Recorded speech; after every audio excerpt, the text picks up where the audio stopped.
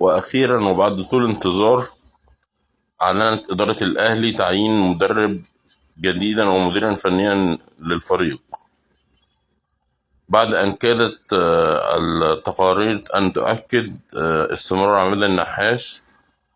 نجحت إدارة الأهلي في تعيين مديرا فنيا جديدا دنماركي الجنسية يستروب.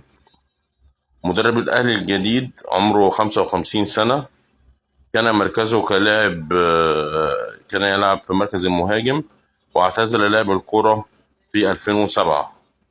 بدأ مسيرته التدريبية عام 2011 مع فريق آيسبرغ، ساعد النادي في الصعود للدوري الممتاز وحقق معهم إنجاز مهم وهو كأس الدنمارك عام 2013، وفاز بجائزة أفضل مدرب في الدنمارك في نفس العام.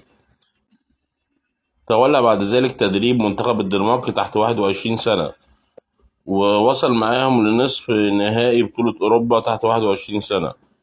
بعد ذلك قام بتدريب نادي ميتلاند الدنماركي من 2015 ل 2018، فاز معاهم بالدوري الدنماركي 2017-2018. وله تجربتين في بلجيكا، فريق جنت وفريق جينك من 2018 ل 2020. تولى تدريب كوبنهاجن من 2020 ل 2022، حقق لقب الدوري في الموسم الثاني من تدريبه للفريق. آخر تجارب المدرب كانت مع أوكسبورج الألماني في أكتوبر 23. استطاع أن ينهي الموسم في المركز 11 بعد أن كان في المركز 15. أما عن أسلوب لعب المدرب يستروب، هو يعتمد على الكرة الهجومية المنظمة مع مرونة بين 4-3-3 و 4-4-2. يركز على الاستحواذ والضغط العالي والتحول السريع من الدفاع للهجوم، معروف بإعطاء فرص كبيرة للاعبون الشباب وتطويرهم داخل الملعب.